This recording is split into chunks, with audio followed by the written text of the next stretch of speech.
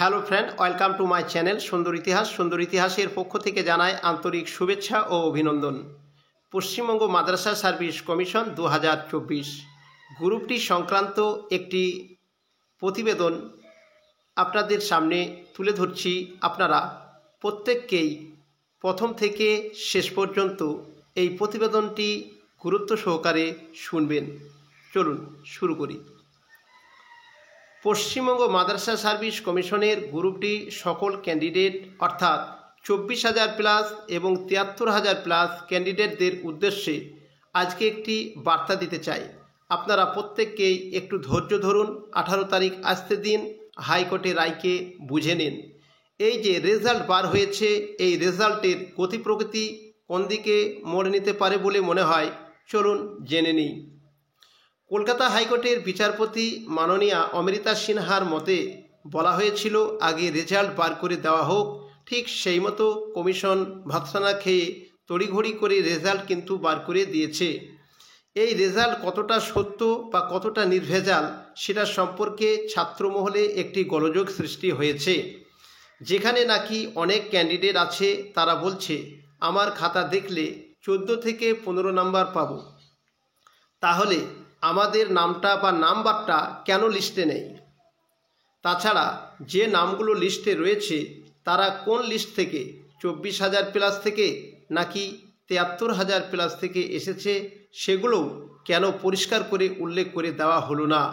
আজ থেকে 14 বছর পরে এই যে তড়িঘড়ি করে নিয়োগ দেবে বলে এত তৎপরতা কমিশন দেখাচ্ছে, এতদিন তারা কি করছিলেন? হাইকোর্টের এক গুতোই তারা কি নড়ে চড়ে বসেছে, নাকি তারা কাজটা নিজে থেকে করছে? সব কিছুই অতল তলে তলিয়ে আছে। এর সঠিক রাস্তা কি? কিভাবে এই পশ্চিমবাংলার অগণিত বেকার যুবক যুবতীদের যন্ত্রণা কিভাবে লাঘব হবে, কই সে দিকটা তো কমিশন একবারও চিন্তা করে দেখলেন না।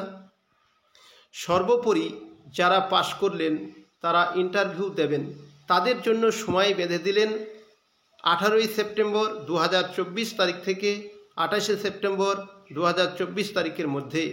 এসব সব কিছুই ঠিক আছে, কিন্তু একজন ক্যান্ডিডেট পিছু প্রায় 11 জনকে জুড়ে দিলেন নোটিফিকেশনকে অমান্য করে।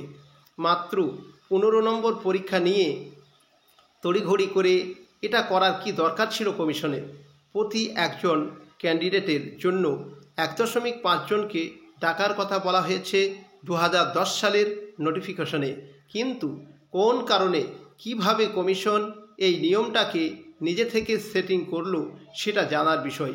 তাছাড়া একজন ক্যান্ডিডেটের জন্য 10 বা 11 জনকে একসঙ্গে ডেকে ইন্টারভিউ নিয়ে কিভাবে তাদেরকে বাছবেন সেটাও দেখার। যদি 10 বা 11 জনের মধ্যে 6 জনের নাম্বার এক হয়ে যায়, মানলাম যার বয়স বেশি তাকে চাকরি দেওয়া হবে, কিন্তু 6 জনের মধ্যে আবার 2 জনের বয়স, মাস, দিন সেম, তাহলে 2 জনের মধ্যে থেকে কি করে একজনকে বাদ দেবেন? এটা কি করে সম্ভব? জানি না কমিশন কিভাবে তাদের এই নিয়োগ পদ্ধতিকে সঠিকভাবে শেষ করবেন, সেটাই এখন দেখার সময় হয়ে এসেছে। না জানি কোথায় গিয়ে এর শেষ হবে। আপনাদেরকে বলবো, একজনকে তুচ্ছ করে আর একজন কখনোই বড় হতে পারে না। আপনার নিজের যোগ্যতা দিয়ে আপনি আপনার চাকরিকে খুঁজে বার করুন। ধন্যবাদান্তে আমি মিনহাজ। আজ এ পর্যন্ত। Thank you for watching.